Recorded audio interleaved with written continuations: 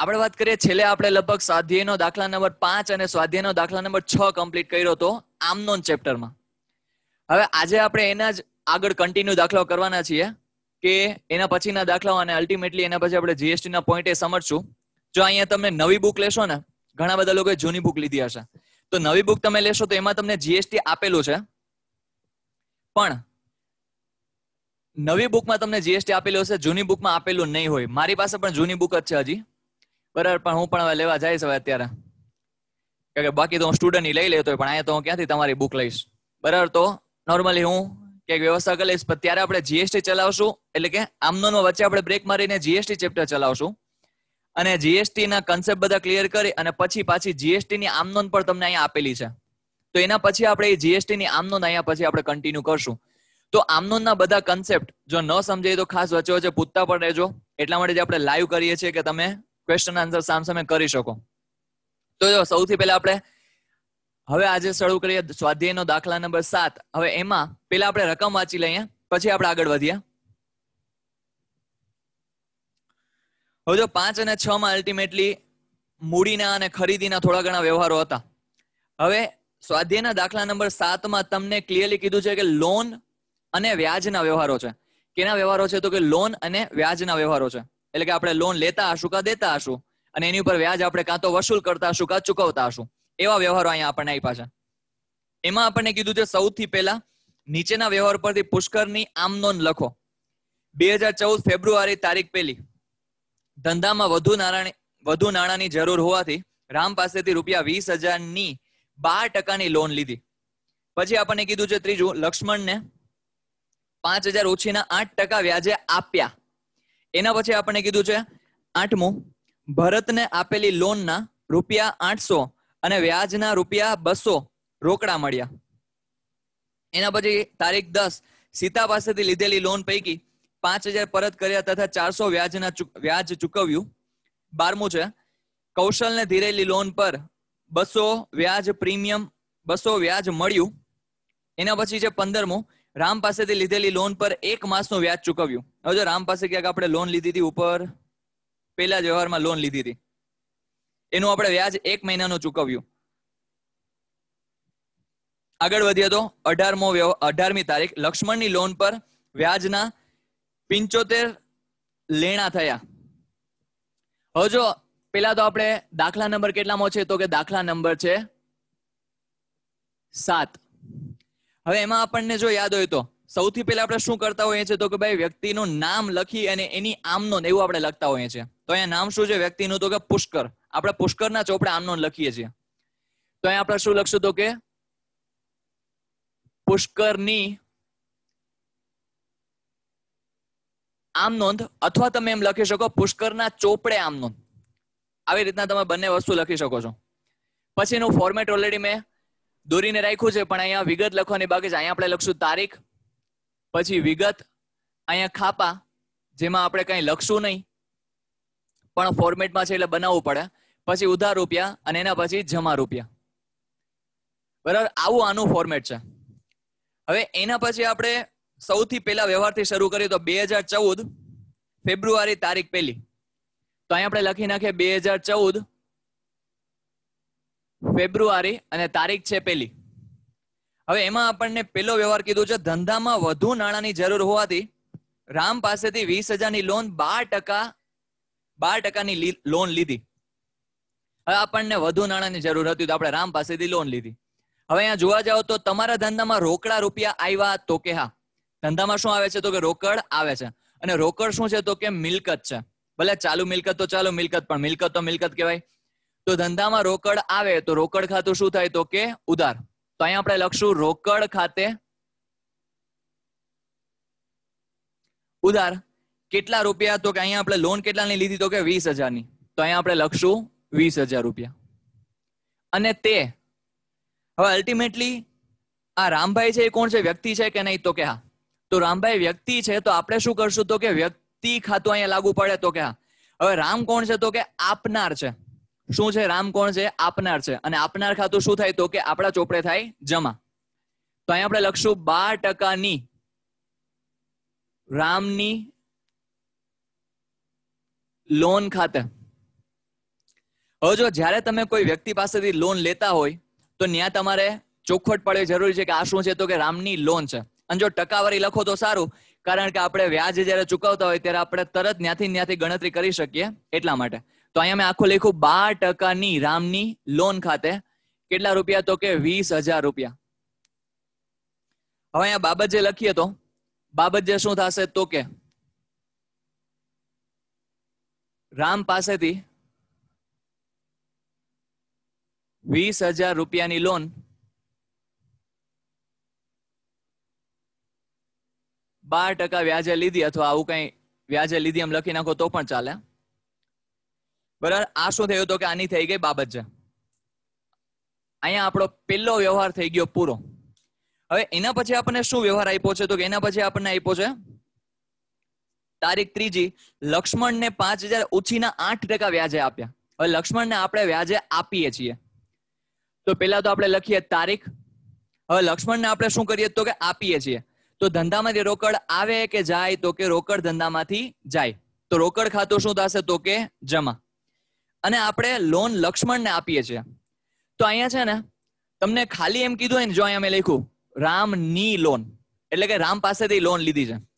હવે અહીંયા તમારે બાયફર્કેશન કરવું જરૂરી છે કે આપણે લોન આપીએ છીએ કે લોન લઈએ છીએ. મીન્સ કે લોન આપીએ છીએ કે લોન લઈએ છીએ, એનું બાયફર્કેશન કરવું જરૂરી છે. તો અહીંયા આપણે અહીંયા લોન આપી છે, તો આપેલ લોન એવા શબ્દનો ઉપયોગ કરશું. સમજ્યા? હવે પેલા તો અલ્ટિમેટલી લક્ષ્મણ છે તો વ્યક્તિ, તો કે હા, તો ખાતું કયું લાગુ પડશે, તો કે વ્યક્તિ ખાતું અહીંયા લાગુ પડશે.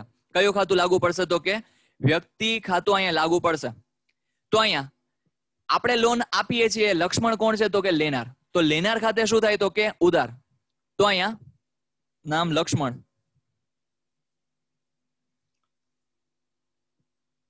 લક્ષ્મણને આપેલ લોન ખાતે ઉધાર તે રોકડ ખાતે. લક્ષ્મણને આપેલ લોન ખાતે ઉધાર તે રોકડ ખાતે. કેટલા રૂપિયાની લોન આપણે આપીએ છીએ, તો કે 5,000 રૂપિયાની લોન આપીએ છીએ. અને રોકડ ખાતું જમા શું કામ, એને કહે કે રોકડ ધંધામાંથી જાય છે, તો રોકડ ખાતું શું થાય, તો કે જમા. લખીએ બાબત જે. બાબત જે શું થશે, તો કે લક્ષ્મણને 5,000 ની લોન આપી, અથવા 5,000 ઉછીના વ્યાજે આપ્યા. લક્ષ્મણને રૂપિયા 5,000 8% લેખે ઉછીના આપ્યા. આની શું થઈ, તો કે બાબત છે. હવે એના પછીનો વ્યવહાર આપણે વાંચીએ. એના પછીનો જો વ્યવહાર વાંચીએ તો એમાં આપણે કીધું છે તારીખ નંબર છે 8, ભરતને આપેલી લોન પર 800 વ્યાજ અને 200 વ્યાજ રોકડા મળ્યા.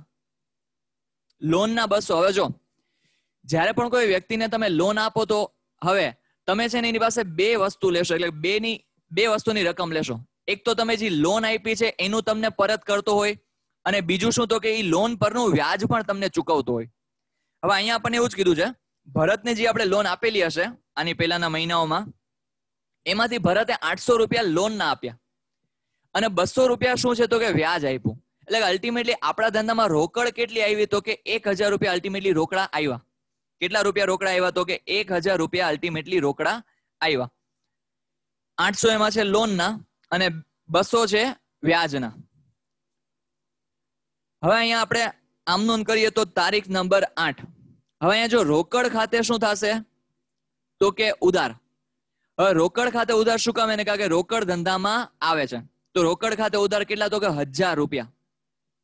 1,000 કેમ આવ્યા, તો કે 800 છે લોનના અને 200 કોના છે, વ્યાજના. હવે જો વ્યાજ છે ને, વ્યાજ એ ધંધાની અત્યારે આવક છે. કારણ કે કોઈને તમે લોન આપો અને એ સામેવાળો વ્યક્તિ તમને વ્યાજના રૂપિયા આપે, તો એ અલ્ટિમેટલી આપણા માટે અત્યારે શું કહેવાય, તો કે આવક કહેવાય. અને ઉપજ ખર્ચ ખાતાનો નિયમ છે, શું થાય, તો કે ખર્ચ કે નુકસાન ખાતે ઉધાર, આવક કે ઉપજ ખાતે જમા. તો અહીંયા તે આપણે લખશું, શું કીધું છે ટકાવારી, તો કે ટકાવારી કઈ આપી નથી. તો અહીંયા આપણે લખશું ભરતને આપેલ લોન ખાતે કેટલા રૂપિયા? તો કે 800 અને તે લોન પર વ્યાજ ખાતે કેટલા રૂપિયા? તો કે 200.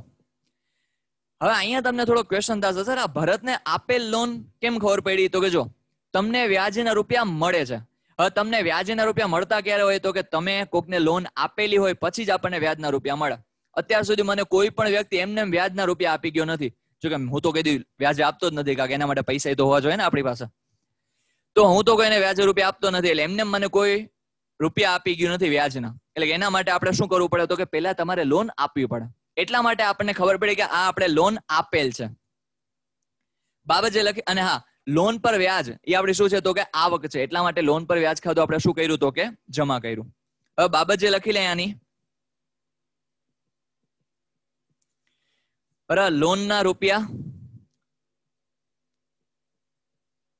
અને તેના વ્યાજના રૂપિયા મળ્યા. આની શું થઈ ગઈ? તો કે બાબત છે. સારું, ચાલો અહીં સુધી બધાને ક્લિયર થતું હશે. કોઈને કઈ ક્વેશ્ચન હોય તો વચ્ચે તમે અનમ્યુટ કરીને બોલજો. ક્વેશ્ચન છે કોઈને તો અનમ્યુટ કરીને બોલજો, ન હોય તો કાંઈ કરતા નહીં. આગળ વધીએ. 10મી તારીખ સીતા પાસેથી લીધેલ લોન પૈકી રૂપિયા 5000 પરત કર્યા, રૂપિયા 400 વ્યાજ ચૂકવ્યું. હવે જો લીધેલી લોન પર 5000 આપણે વ્યાજના પરત કરીએ છીએ. એટલે સીતા પાસેથી આપણે પહેલા લોન લીધી હશે એને આપણે પરત કરીએ છીએ. વ્યાજ અને લોન બંને પરત કરીએ છીએ. તો અહીંયા સીતાને આપણે લોનના રૂપિયા કેટલા પરત કર્યા? તો કે 5000 અને વ્યાજના કેટલા પરત કર્યા? તો કે 400, એટલે કે વ્યાજના ચૂકવ્યા. હવે વ્યાજ અહીંયા શું છે? તો કે આપણો ખર્ચ છે. તો વ્યાજનું ખાતું શું થાય? તો કે ઉધાર. અને સીતાને આપણે લોનના પણ રૂપિયા પરત કરીએ છીએ. કોના રૂપિયા પરત કરીએ છીએ? તો કે લોનના રૂપિયા પરત કરીએ છીએ. તો સીતા અત્યારે આપણા માટે શું થઈ? તો કે લેનાર. હા કે ના? તો કે હા. તો એને આપણી પાસેથી રૂપિયા લીધા, તો લેનાર ખાતે શું થાય? તો કે ઉધાર. તો અહીંયા લખીએ તારીખ કેટલામી? તો કે 10મી. શું આપણે આમ નોંધ કરીએ? તો કે પેલા તો વ્યાજ અને સીતાની લોન. તો અહીંયા સીતાની લોન ખાતે ઉધાર કેટલા રૂપિયા? તો કે 800 રૂપિયા. પછી હવે અહીંયા લોન પર વ્યાજ. હવે જો અહીંયા છે ને લોન પર વ્યાજ, તમે અહીંયા પણ આમ લખશો ને અહીંયા પણ આમ લખશો તો તકલીફ પડશે. તો અહીંયા આપણે લખી નાખીએ લોન પર ચૂકવેલ વ્યાજ, એટલે ડિફરન્સ થઈ જાય ને, એટલા માટે. કારણ કે જો અહીંયા આપણી આવક છે અને અહીંયા આપણો ખર્ચ છે, તો ખર્ચ અને આવકમાં તફાવત થવો જોઈએ એવા તમારે ખાતા બનાવવાના હોય. હવે અહીંથી જ તમને શું કાંઈ એવું શીખવાડું? કારણ કે જો આના પછી આપણે એક ચેપ્ટર ભણશું ખાતા વહીઓ. હવે ખાતા વહીમાં જો અહીંયા તો તમને આમ સમજાવી દઉં ને તોય તમને કઈ તકલીફ ન પડે, પણ આગળના ચેપ્ટરોમાં પાછી તકલીફ પડે જો મેં તમને અહીંયા સમજાવ્યું હોય તો. શું કામ? એને જો ખાતા વહી ચેપ્ટરમાં છે ને અહીંયા જેટલા પણ આપણે ખાતાના નામ આવે છે ને એટલા આપણે ખાતા બનાવશું. હવે માનો કે એક વખત કોઈ ખાતું બની ગયું છે તો એનું બીજી વાર બનાવવાની જરૂર નથી. એટલે કે જો હું માનો કે આના ઉપરથી ખાતા વહી કરતો હોય તો અહીંયા પહેલી આમનોંધ કરતી વખતે હું ત્યાં 2 ખાતા બનાવીશ. પછી બીજી આમનોંધ કરીશ ત્યારે રોકડ ખાતું પાછું નહીં બનાવવું, કારણ કે રોકડ ખાતું ઓલરેડી મેં બનાવી લીધું હોય તો પાછું મારે બનાવવાની જરૂર નથી. તો બીજી આમનોંધમાં ખાલી હું એક ખાતું બનાવીશ, કહ્યું તો કે લક્ષ્મણને આપેલ લોન. હવે ત્રીજી આમનોંધમાં હું પાછું રોકડ ખાતું નહીં બનાવું, ખાલી ભરતને આપેલ લોન ખાતું બનાવીશ અને લોન પર વ્યાજ, આ 2 ખાતા બનાવીશ. હવે આ મારી આવક છે.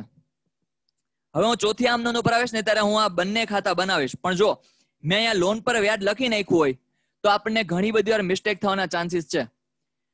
અહીંયા આપણે જમા લખ્યું હોય આપણે ઉધાર લખી નાખીએ, એટલે આના માટે અલગ ખાતું બનાવવું પડે, કારણ કે આ આપણી આવક છે અને આ આપણો શું છે? તો કે ખર્ચ છે. તો અલગ અલગ ખાતા બનાવવા જોઈએ. પણ જો તમે આમ કર્યું હોય ખાલી લોન પર વ્યાજ લખી નાખો તો અહીંયા તમે ભૂલ કરો. એટલા માટે પહેલેથી જ આવક અને ખર્ચ હોય તો એના માટે આપણે ખાતાઓની વ્યવસ્થા અલગ અલગ કરવાની હોય. એટલે કે અહીંયા બાયફર્કેશન કરીએ છીએ. કેટલા રૂપિયા? તો કે સીતાની લોન ના ખાલી 800 નહીં, સોરી 5000. 800 નહીં, 5000 છે. ઉપરના રૂપિયા લખાઈ ગયા. અને વ્યાજના કેટલા ચૂકવ્યા છે? તો કે 400 રૂપિયા. એટલે કે આપણે ટોટલ કેટલા રૂપિયા ચૂકવ્યા? તો કે 5400 રૂપિયા. તો રોકડ ખાતું થશે જમા. તે રોકડ ખાતે 5400 રૂપિયા. બરાબર. અહીંયા બાબત જે સમાસે નહીં, બાકી ખોટું લખી નાખીશ કે બાબત થોડી કંજુસાઈ કરવી પડશે. બાબત જે અહીંયા લખું છું,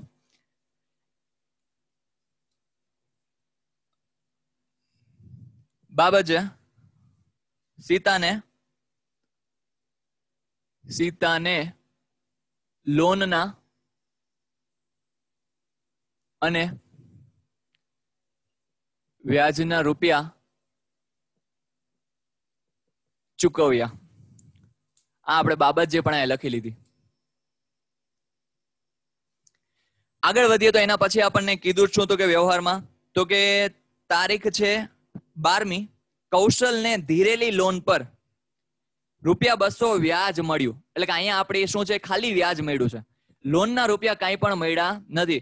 હવે વ્યાજ આપણને મળ્યું છે તો વ્યાજ અહીંયા આપણે શું કહેવાય તો કે આવક કહેવાય. શું કહેવાય તો કે આવક કહેવાય. અને આપણને કૌશલે શું આપ્યા હોય તો કે રોકડા આપ્યા હોય તો કે હા, તો અહીંયા રોકડ ધંધામાં શું થાય છે તો કે આવે છે, એટલે રોકડ ખાતું આપણે શું કરશું તો કે ઉધાર. તો અહીંયા આપણે આમ નોંધ કરશું. તારીખ પેલા કેટલામી તો કે 12મી, રોકડ ખાતે ઉધાર તે અહીંયા આપણે લોન પર વ્યાજ લખ્યું છે તો અહીંયા આપણે લખી નાખશું લોન પર વ્યાજ ખાતે. કારણ કે અહીંયા આપણી આ શું છે તો કે આવક છે. કેટલા રૂપિયા છે તો કે રૂપિયા છે 200, તો અહીંયા આપણે લખી નાખશું 200. હવે બાબત જે આપણે રકમની રકમ લખશું. કૌશલને ધીરેલ લોન પર વ્યાજ મળ્યું.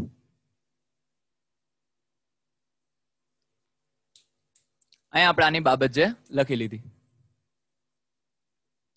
હવે એના પછી શું છે તો કે તારીખ છે 13મી, સોરી 13મી કે અહીંયા વાંચવી પડશે, તારીખ 15, તો અહીંયા આપણે લખી નાખીએ 15. શું આપણને વ્યવહાર કીધો છે તો કે વ્યવહાર આપણને કીધો છે રામ પાસેથી લીધેલી લોન પર 1 માસનું વ્યાજ ચૂકવ્યું. હવે જો રામ પાસેથી અહીંયા આપણે લોન લીધી હતી, એની ઉપર 1 માસનું વ્યાજ ચૂકવ્યું છે. હવે મારા જેવાને થાય કે 1 માસ તો થયો નથી તોય આપણે વ્યાજ ચૂકવીએ છીએ. આપણને દાખલામાં કીધું હોય તો આપણે કઈ ચૂકવી દેવાનું, પછી વિચારવાનું નહીં. કારણ કે જો 1લી તારીખે હજી લોન લીધી હતી, હજી ફેબ્રુઆરી છે તો 28મી તારીખે નથી આવી. કારણ કે જો ફેબ્રુઆરી 2014 છે તો દિવસો કેટલા હશે તો 28 હશે. તો એટલા દિવસ પણ થયા નથી, 28 દિવસ નથી થયા પૂરા, એટલે 1 મહિનો પૂરો નથી થયો, છતાંય કીધું એટલે વ્યાજ ચૂકવી દેવાનું, કાંઈ સામે ક્વેશ્ચન કરવાના નહીં. તો અહીંયા પેલા તો લોન પર ચૂકવેલ વ્યાજ ખાતે ઉધાર, કારણ કે શું કામ આપણો અહીંયા થશે ખર્ચ, અને રોકડ ધંધામાંથી જશે તો રોકડ ખાતું શું થશે તો કે જમા, કારણ કે રોકડ ધંધામાંથી જાય તો જમા. તો અહીંયા પેલા લખી નાખીએ લોન પર ચૂકવેલ વ્યાજ ખાતે ઉધાર તે રોકડ ખાતે. હવે અહીંયા ગણતરી કરવી પડશે, કેટલા રૂપિયા થશે એના માટે ગણતરી કરવી પડે. તો અહીંયા ગણતરી તમારે છે ને છેલ્લે બતાવવાની હોય, એટલે કે આના પછી છેલ્લે બતાવી દેશો તો પણ ચાલશે અને અહીંયા બતાવી દેશો તો પણ ચાલશે. મારે તો કમ્પલસરી અહીંયા જ બતાવવી પડશે, કારણ કે મારી પાસે તો બોર્ડ આવડું આટલું જ છે, ઘરે તો આટલું જ ફિટ થઈ શકે. તો તમે હું અહીંયા જ ગણતરી દર્શાવું છું, તમે અહીંયા પણ લખી શકો છો સાથે સાથે, અને આમ નોંધ પૂરી થઈને છેલ્લે તમારે બીજા પેજમાં લખ્યું હોય પાછળ નોંધ અથવા ગણતરી કરીને એમ પણ તમે લખી શકો છો. બે રીતના વેલિડ છે. હું અહીંયા જ લખું છું. હવે જો રામ પાસેથી આપણે લોન કેટલાની લીધી હતી તો કે 20,000 રૂપિયાની, તો અહીંયા આપણે લખીએ 20,000. ગણતરી કરજો કારણ કે કેલ્ક્યુલેટર લઈને બેસવાનું કીધું તો આપણે. 20,000 કેટલા ટકાની લોન છે તો કે 12%. કેટલા ટકાની છે? 12%. તો અહીંયા 12% લખો અથવા 12/100 લખો, બે વસ્તુ અલ્ટિમેટલી એક જ થાય. હવે જો 12% છે એ આખા વર્ષના છે, આપણને કેટલા મહિનાનું કીધું છે તો કે 1 માસ એટલે 1 મહિનાનું કીધું છે. તો અહીંયા આપણે શું કરશું તો કે ગુણ્યા 1/12. હવે કેલ્ક્યુલેટરમાં જ આન્સર આપજો જીએ કેલ્ક્યુલેશન કરીને કે 20,000 ગુણ્યા 12% ગુણ્યા 1/12 કેટલા? 20. હે સંભળાણું નહીં? 200. વેરી ગુડ, ચાલો 200. બરાબર, 200 રૂપિયા. કોઈનો કે બીજો આન્સર નથી ને? 200 રૂપિયા જ કેવાત ને બધે? ઓકે, સારું, ચાલો. તો અહીંયા વ્યાજ આવ્યું 200 રૂપિયા, તો અહીંયા આપણે લખી નાખીએ 200. તો ઘણી વાર તમને આવી રીતના ગણતરી કરવાનું કહે તો કરી નાખવાનું આપણે. હવે અહીંયા બાબત જે લખી નાખીએ, શું કીધું છે તો કે અહીંયા સિમ્પલી લખું છું, રામને 1 માસનું વ્યાજ ચૂકવ્યું.